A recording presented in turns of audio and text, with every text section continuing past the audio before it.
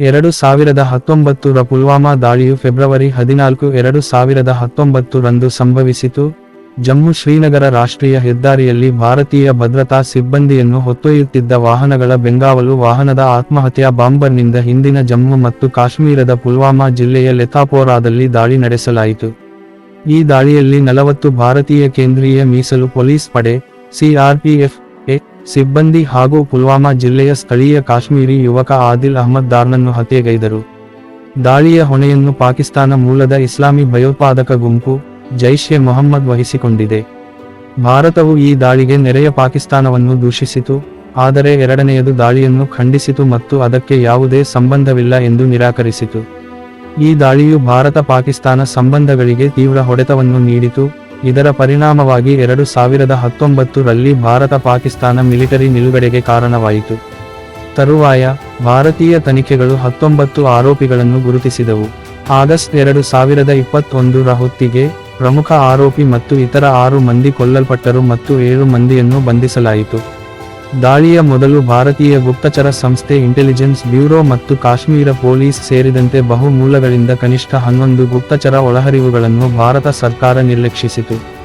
ಆ ಸಮಯದಲ್ಲಿ ರಾಜ್ಯದ ರಾಜ್ಯಪಾಲರಾಗಿದ್ದ ಸತ್ಯಪಾಲ್ ಮಲಿಕ್, ನಂತರ ಕರಣ್ ಥಾಪರ್ ಅವರೊಂದಿಗಿನ ಸಂದರ್ಶನದಲ್ಲಿ ಪ್ರಧಾನಿ ನರೇಂದ್ರ ಮೋದಿ ಅವರು ತಮ್ಮ ಆಡಳಿತದಿಂದ ಭದ್ರತಾ ಲೋಪಗಳ ಬಗ್ಗೆ ಮೌನವಾಗಿರುವಂತೆ ಕೇಳಿಕೊಂಡರು ಎಂದು ಆರೋಪಿಸಿದರು.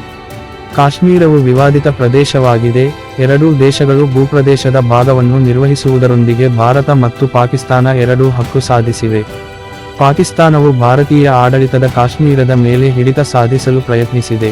1980ರ ದಶಕದ ಉತ್ತರಾರ್ಧದಲ್ಲಿ ಭಾರತೀಯ ಆಡಳಿತದ ಕಾಶ್ಮೀರದಲ್ಲಿ ಬಂಡಾಯವು ಹೆಚ್ಚಾಗಲು ಪ್ರಾರಂಭಿಸಿತು. ಪಾಕಿಸ್ತಾನವು ದಂಗೆಗೆ ವಸ್ತು ಬೆಂಬಲವನ್ನು ನೀಡಿತು. 1989ರಿಂದ ದಂಗೆ ಮತ್ತು ಭಾರತೀಯ ದಮನದಲ್ಲಿ ಸುಮಾರು 70,000 ಜನರು ಕೊಲ್ಲಲ್ಪಟ್ಟಿದ್ದಾರೆ.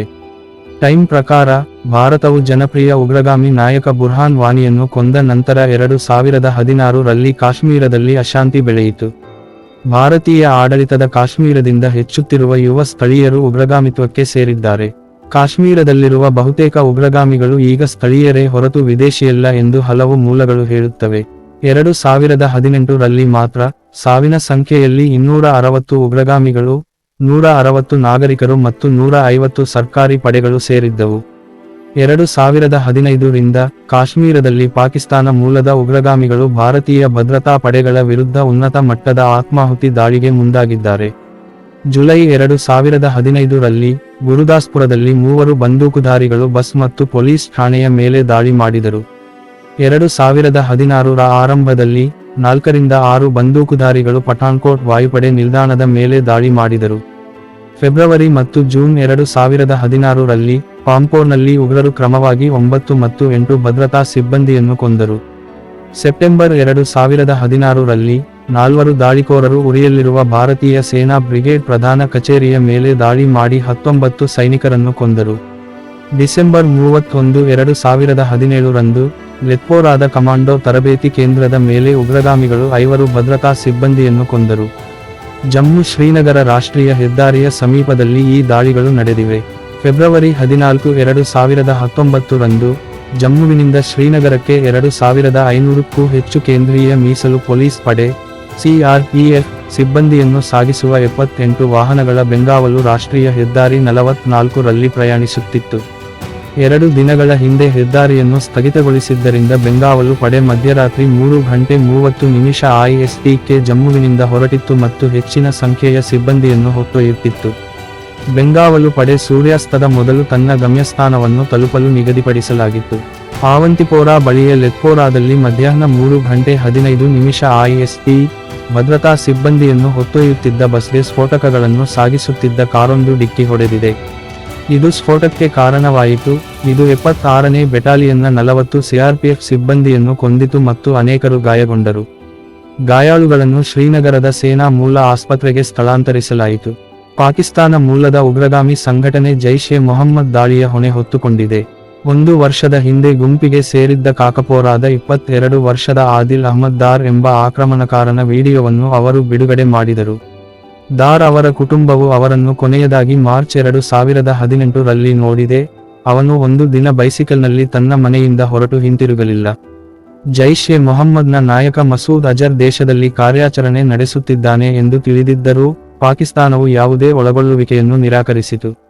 ಇದು 1989 ರಿಂದ ಕಾಶ್ಮೀರದಲ್ಲಿ ಭಾರತದ ರಾಜ್ಯ ಭದ್ರತಾ ಸಿಬ್ಬಂದಿಯ ಮೇಲೆ ನಡೆದ ಅತ್ಯಂತ ಭೀಕರ ಭಯೋತ್ಪಾದಕ ದಾಳಿಯಾಗಿದೆ.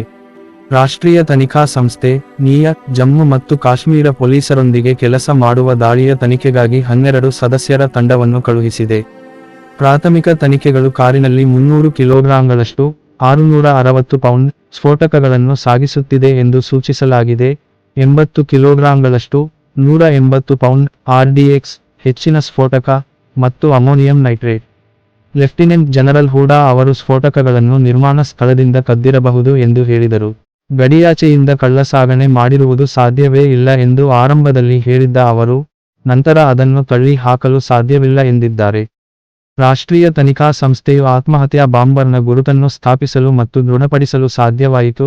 ಆತ್ಮಹತ್ಯಾ ದಾಳಿಯಲ್ಲಿ ಬಳಸಿದ ಕಾರಿನ ಅಲ್ಪ ತುಣುಕುಗಳ DNA ಮಾದರಿಗಳು ಆದಿಲ್ ಅಹ್ಮದ್ ದಾರ್ನ ತಂದೆಯೊಂದಿಗೆ ಹೊಂದಾಣಿಕೆಯಾಗುತ್ತವೆ.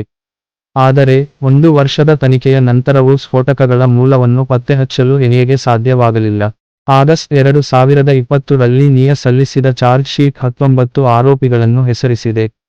ದಾಳಿಯಲ್ಲಿ ಹುತಾತ್ಮರಾದ ಭದ್ರತಾ ಸಿಬ್ಬಂದಿಯ ಅಂತಿಮ ಸಂಸ್ಕಾರವನ್ನು ಅವರ ಸ್ಥಳೀಯ ಸ್ಥಳಗಳಲ್ಲಿ ನಡೆಸಲಾಯಿತು. ಪಂಜಾಬ್ ಸರ್ಕಾರವು ರಾಜ್ಯದಿಂದ ಕೊಲ್ಲಲ್ಪಟ್ಟ ಭದ್ರತಾ ಸಿಬ್ಬಂದಿಯ ಕುಟುಂಬಗಳಿಗೆ ತಲಾ 12 ಲಕ್ಷ ರೂಪಾಯಿ $15,000 ಪರಿಹಾರವನ್ನು ಮತ್ತು ಮುಂದಿನ ಸಂಬಂಧಿಕರಿಗೆ ಸರ್ಕಾರಿ ಉದ್ಯೋಗವನ್ನು ಘೋಷಿಸಿತು. ಭಾರತವು ಪಾಕಿಸ್ತಾನದ ಅತ್ಯಂತ ಒಲವುಳ್ಳ ರಾಷ್ಟ್ರ ಸ್ಥಾನಮಾನವನ್ನು ರದ್ದುಗೊಳಿಸಿತು. ಭಾರತಕ್ಕೆ ಆಮದು ಮಾಡಿಕೊಳ್ಳುವ ಎಲ್ಲಾ ಪಾಕಿಸ್ತಾನಿ ಸರಕುಗಳ ಮೇಲಿನ ಕಸ್ಟಮ್ಸ್ ಸುಂಕವನ್ನು 200% ಏರಿಸಲಾಗಿದೆ. ಭಾರತ ಸರ್ಕಾರವು ಪಾಕಿಸ್ತಾನವನ್ನು ಕಪ್ಪುಪಟ್ಟಿಗೆ ಸೇರಿಸಲು ಮನಿ ಲಾಂಡರಿಂಗ್ FATF ಮೇಲೆ ಫೈನಾನ್ಷಿಯಲ್ ಆಕ್ಷನ್ ಟಾಸ್ಕ್ ಫೋರ್ಸ್ ಅನ್ನು ಒತ್ತಾಯಿಸಿತು. FATF ಅದನ್ನು ಬೂದು ಪಟ್ಟಿಯಲ್ಲಿ ಇರಿಸಲು ನಿರ್ಧರಿಸಿತು ಮತ್ತು ಹಾಜರಾಗುವ ಎಚ್ಚರಿಕೆಯೊಂದಿಗೆ ಬೂದು ಪಟ್ಟಿಗೆ ಸೇರಿಸಿದಾಗ ಜೂನ್ 2018 ರಲ್ಲಿ ಅದು ವಿಧಿಸಿದ್ದ 27 ಷರತ್ತುಗಳನ್ನು ಅನುಸರಿಸಲು ಪಾಕಿಸ್ತಾನಕ್ಕೆ ಅಕ್ಟೋಬರ್ 2019 ರವರೆಗೆ ಸಮಯ ನೀಡಿದೆ. ಒಂದು ವೇಳೆ ಪಾಕಿಸ್ತಾನ ಅದನ್ನು ಪಾಲಿಸಲು ವಿಫಲವಾದರೆ ಕಪ್ಪು ಪಟ್ಟಿಗೆ ಸೇರಿಸಲಾಗುವುದು. ಫೆಬ್ರವರಿ 17 ರಂದು ರಾಜ್ಯ ಆಡಳಿತವು ಪ್ರತ್ಯೇಕತಾವಾದಿ ನಾಯಕರಿಗೆ ಭದ್ರತಾ ನಿಬಂಧನೆಗಳನ್ನು ಹಿಂತೆಗೆದುಕೊಂಡಿತು. ಭಾರತದಾದ್ಯಂತ ಪ್ರತಿಭಟನೆಗಳು, ಬಂದ್ಗಳು ಮತ್ತು ಕ್ಯಾಂಡಲ್ ಲೈಟ್ ಮೆರವಣಿಗೆಗಳು ನಡೆದವು. ಜಮ್ಮುವಿನಲ್ಲಿ ಹಿಂಸಾತ್ಮಕ ಪ್ರತಿಭಟನೆಗಳು ನಡೆದವು. ಇದರ ಪರಿಣಾಮವಾಗಿ ಫೆಬ್ರವರಿ 14 ರಿಂದ ಕರ್ಫ್ಯೂ ಹೇರಲಾಯಿತು.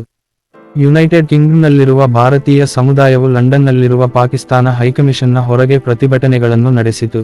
ಮಾರ್ಚ್ 7 ರಂದು ಲಾಹೋರ್ನಲ್ಲಿ ದಕ್ಷಿಣ Asian association for regional cooperation ಆಯೋಜಿಸಿದ ಅರಿವಳಿಕೆಶಾಸ್ತ್ರಜ್ಞರ 13ನೇ ಅಸೋಸಿಯೇಷನ್ ಕಾಂಗ್ರೆಸ್ಗಾಗಿ ಭಾರತೀಯ ವೈದ್ಯರ ನಿಯೋಗವು ಪಾಕಿಸ್ತಾನಕ್ಕೆ ತಮ್ಮ ಭೇಟಿಯನ್ನು ರದ್ದುಗೊಳಿಸಿತು. ಭಾರತೀಯ ಬ್ರಾಡ್ಕಾಸ್ಟರ್ ಡಿಎಸ್ಪೋರ್ಟ್ ತಾನು ಇನ್ನು ಮುಂದೆ ಪಾಕಿಸ್ತಾನ್ ಸೂಪರ್ ಲೀಗ್ ಕ್ರಿಕೆಟ್ ಪಂದ್ಯಗಳನ್ನು ಪ್ರಸಾರ ಮಾಡುವುದಿಲ್ಲ ಎಂದು ಹೇಳಿದೆ. ಅಖಿಲ ಭಾರತೀಯ ಸಿನಿ ವರ್ಕರ್ಸ್ ಅಸೋಸಿಯೇಷನ್ ಭಾರತೀಯ ಚಲನಚಿತ್ರೋದ್ಯಮದಲ್ಲಿ ಪಾಕಿಸ್ತಾನಿ ನಟರು ಮತ್ತು ಕಲಾವಿದರ ಮೇಲೆ ನಿಷೇಧವನ್ನು ಘೋಷಿಸಿತು ಮತ್ತು ಅದನ್ನು ಉಲ್ಲಂಘಿಸುವ ಯಾವುದೇ ಸಂಘಟನೆಯ ಮೇಲೆ ಬಲವಾದ ಕ್ರಮ ತೆಗೆದುಕೊಳ್ಳಲಾಗುವುದು ಎಂದು ಹೇಳಿದೆ.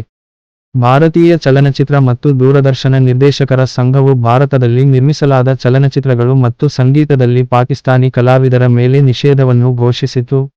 ಸಂಘಟನೆಯ ಅಧ್ಯಕ್ಷರು ಪಾಕಿಸ್ತಾನಿ ಕಲಾವಿದರೊಂದಿಗೆ ಯಾವುದೇ ಭಾರತೀಯ ಚಲನಚಿತ್ರ ನಿರ್ಮಾಣದ ಸೆಟ್ಗಳನ್ನು ಧ್ವಂಸಗೊಳಿಸುವುದಾಗಿ ಬೆದರಿಕೆ ಹಾಕಿದರು.